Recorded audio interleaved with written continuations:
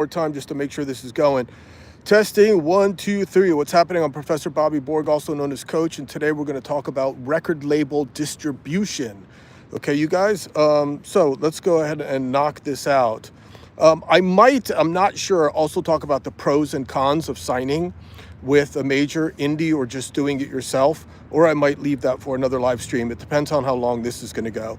So let's get going with record label distribution, okay? By the way, I'm here in sunny California. It's absolutely beautiful. There's a little bit of a breeze, hence the scarf, but nonetheless, it's very, very cool out. You can see we have beautiful blue skies, baby. You cannot beat that. Woohoo! Yes. All right. So let's go ahead and do this. So record label distribution. So, but by the way, keep in mind that when I talk about this, I'm talking about major, indie, and DIY all lumped together, okay? So what is distribution? Essentially, distribution is the process of getting your products and services where they can be conveniently bought, sold, licensed by your target audience, obviously, okay? When we're talking about distribution, typically we're talking about digital product, streaming and downloads, but also physical product, vinyl, CDs, and some people even cassettes. So I'm going to put that into the equation as well. A lot of people complicate the distribution process, but it's really quite simple. You have a creator on one side, and then you have the end user all the way on the other side. And you can go direct from creator to the end user, but in some cases, you need to use intermediary companies in order to get your product to the end user.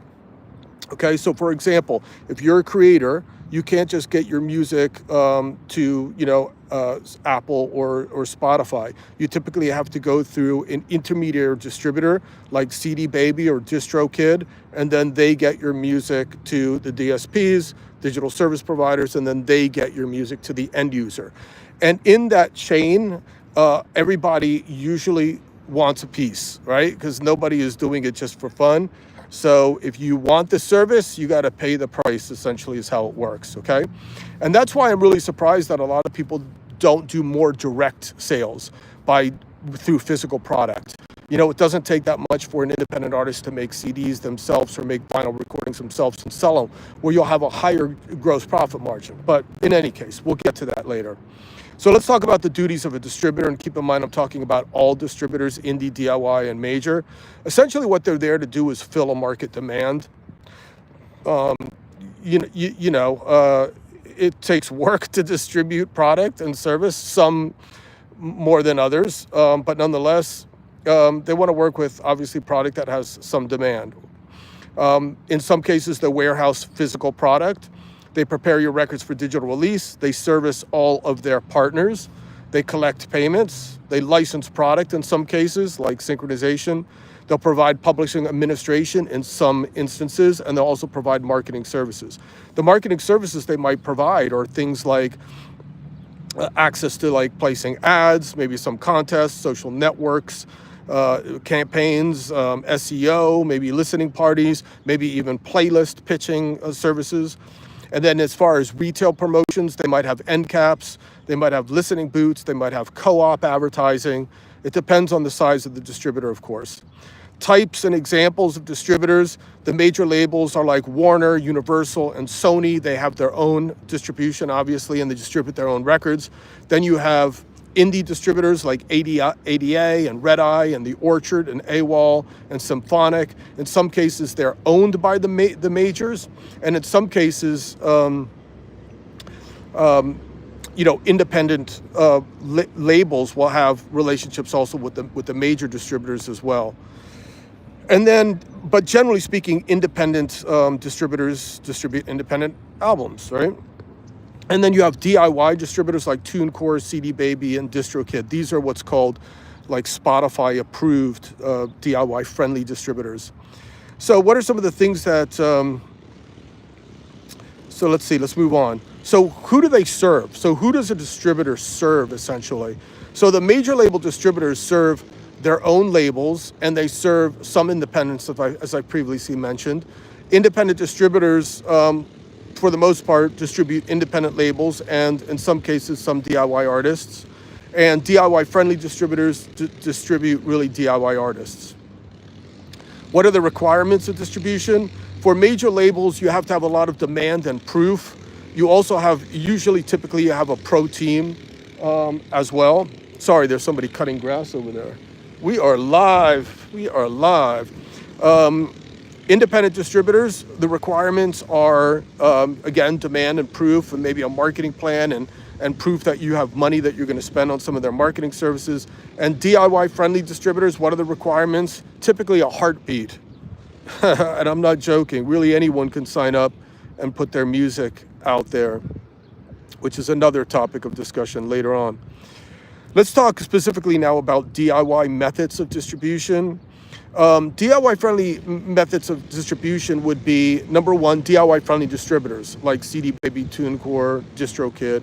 You could also distribute music at live performance venues. You could do it from your personal websites. You could do it on the streets through busking.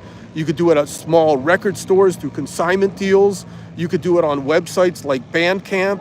You can use e-commerce services like Shopify and Selfie, or you can even have your own app made by a company like Mobile Roadie.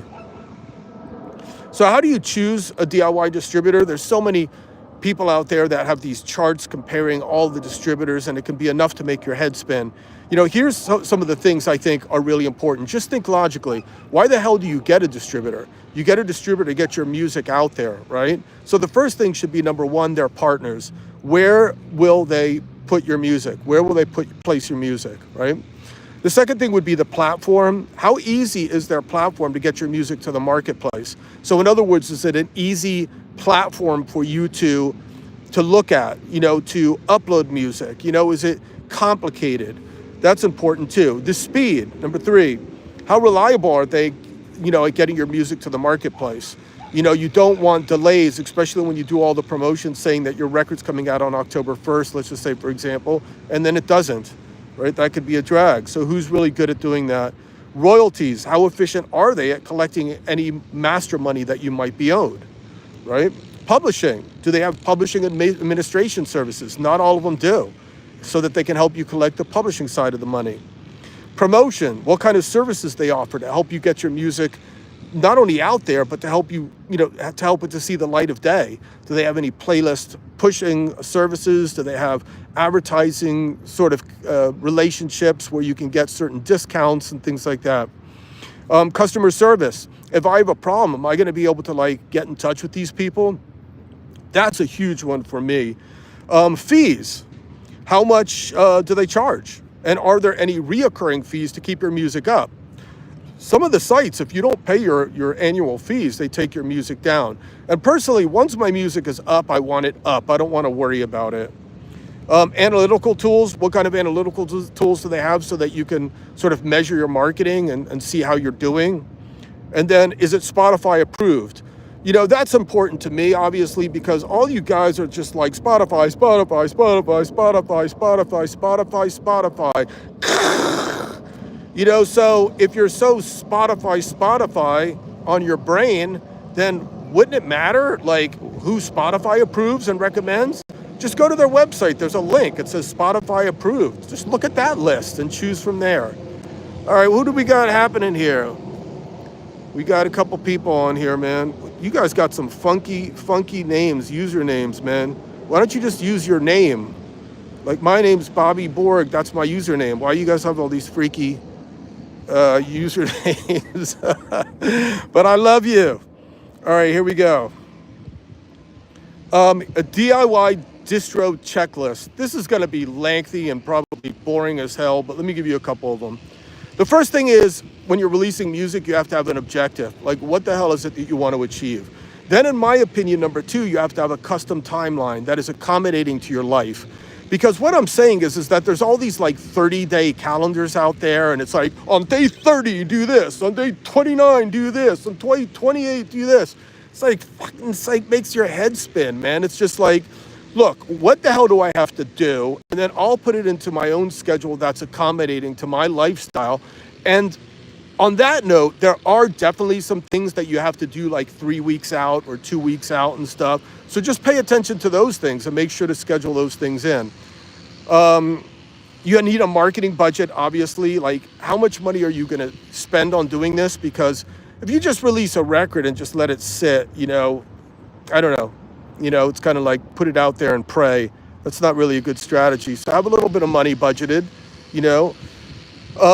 You need a song mixed and fully mastered, of course. You need alternative mixes, like maybe an acoustic version, a collaborate version. These are great for promotion later. Make sure all your metadata is together, your info about your songs, the splits, the writers, the publishers, the producers, your ISRC codes, the UPC codes. If you did a cover song, make sure to get a cover license. Photos, make sure to go out and get a bunch of really professional photos done, high resolution. You also need great cover artwork. Make sure that the cover artwork matches your vibe. So when you look at it, you can almost tell what kind of style of music you do. You can use an EPK, an electronic press kit. You need social media business accounts. Obviously, you guys already probably have TikTok, Instagram, Facebook accounts. You should have a YouTube channel. Of course, you also need a Spotify, Apple, Amazon Tidal account so that you can claim your artist profiles. And maybe you need a Google ad account too, which is optional because you might not run Google ads, but it could be helpful if you have a Google ads account. Or maybe you can use some other advertising service like Sprizzy or something or whatever. Look into that stuff. You also need social media banners. So whatever single you're going to release, you need to make banners for YouTube and Facebook and, and your website maybe that has that announces the single. You need music videos, long form and short form, probably focusing more on short form in this day and age. Try to make them both landscape and portrait. Do behind the scene videos, short form, interviews, messages, do portrait and landscape as well. The whole idea behind that, let me just talk about that real quick, is that you can't just go, here's my music, play my music, click on my link. You got to get people into your world. People typically like to see who you are as a person. They like to see the real thing. They don't want to just see reading scripts and everything is pure and pristine. I mean, they want to see the shit. Show them the shit. Show them your life. Let them get engaged with you. You need a press release. You need a bio, a long form and short form one. You need what's called a one sheet. If you want, go to my website, youtube.com/Bobby Borg, and on my YouTube channel rather, and click on the magnifying glass and do a search for one sheets. You need maybe a personal website. A lot of people would say that you don't, but I think that you should. You need a link landing page like Linkfire or Linktree or ToneDen or Here Now. Maybe an email marketing platform like MailChimp. Maybe a merch on demand account like Redbubble or Spring or Cafe Press. Of course, you need a distributor account like CD Baby or DistroKid or TuneCore. You need UPC and ISRC codes, and you also need maybe a Spotify pre-saved link. And this is from ToneDen or show.co or something like that, or Linkfire. But a lot of people think that for independent artists, when you're first standing out, that pre-saves aren't really that worth it. Everyone makes such a big deal about them, but I think that I think that's probably good to do anyway. It can't hurt you, right? Just don't put all your eggs in one basket. You also need artist profiles on Spotify, Apple, Amazon, and make sure to put all the banners and bios and artist picks and playlists that you can. Maybe a Submit Hub account, maybe a playlist push account as well for Spotify for playlist promotion. Maybe get a Dropbox account or a disco.ac account for sending big files to people, if you have to, maybe for sync licensing opportunities or whatever. Of course, on the business side, you need to sign up with the PRO, like ASCAP, BMI, and CSAC. You need to sign up with the MLC, Mechanical Licensing Collective.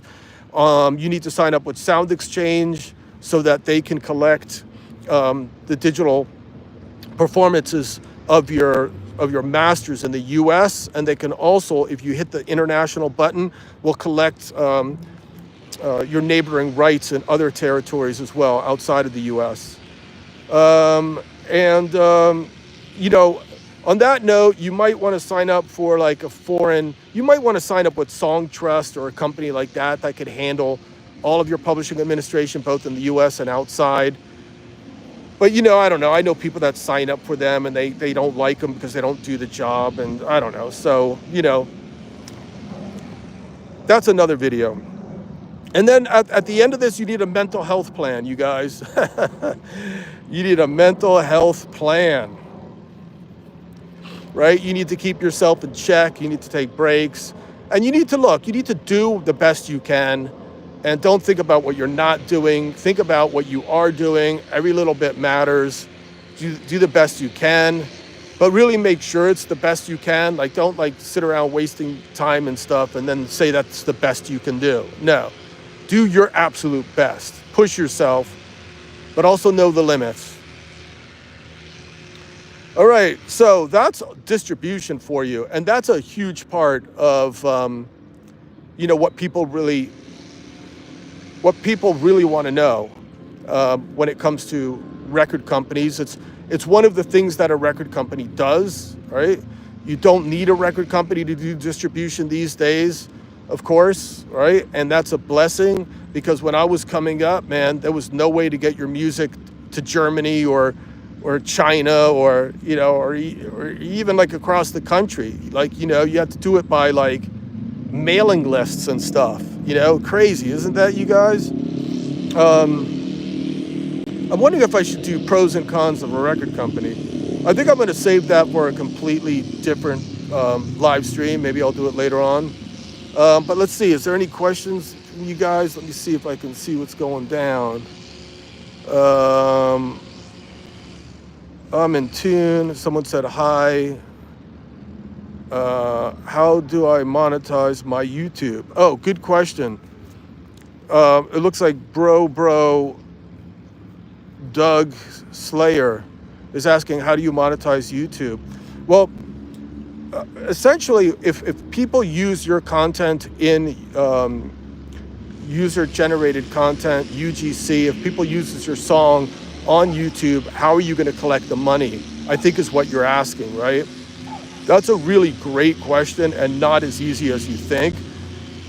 TuneCore does, if you go to a website, TuneCore does offer, if you the distributor TuneCore, if you sign up for their most expensive subscription, they say that they do YouTube monetization for you. But there's other ways that you can do that too, and it's a little complicated, but let me go ahead and I'm going to get this chart out for you real quick. The way that you can collect on the master side of it is you can use a company called Identify in the US, and then for overseas, you can go to the Harry Fox Agency's opt-in agreement for Mint, and then they'll collect overseas for you. On the master side,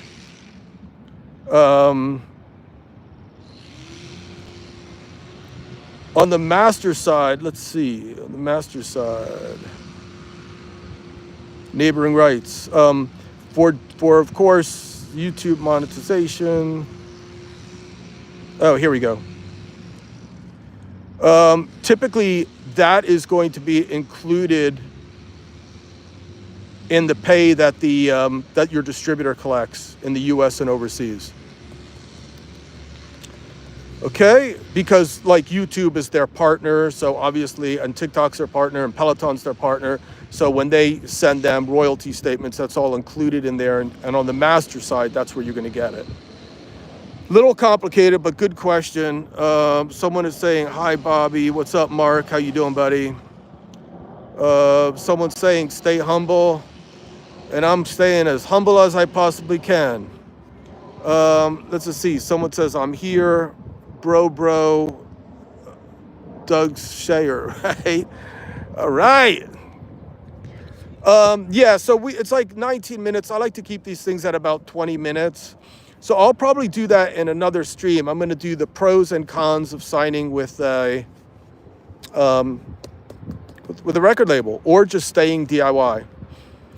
All right, you guys. So I think that's it. You guys want me to do the pros and cons right now? Anyone? I'm just gonna like let you guys see some of our beautiful skies. Look at that. Blue sky, blue sky, blue sky. Beautiful, huh? All right. Anybody? I'm not seeing anybody say anything. So I guess I'll save it for another one. All right, you guys, peace and love, and I will see you later. Take care. Bye-bye.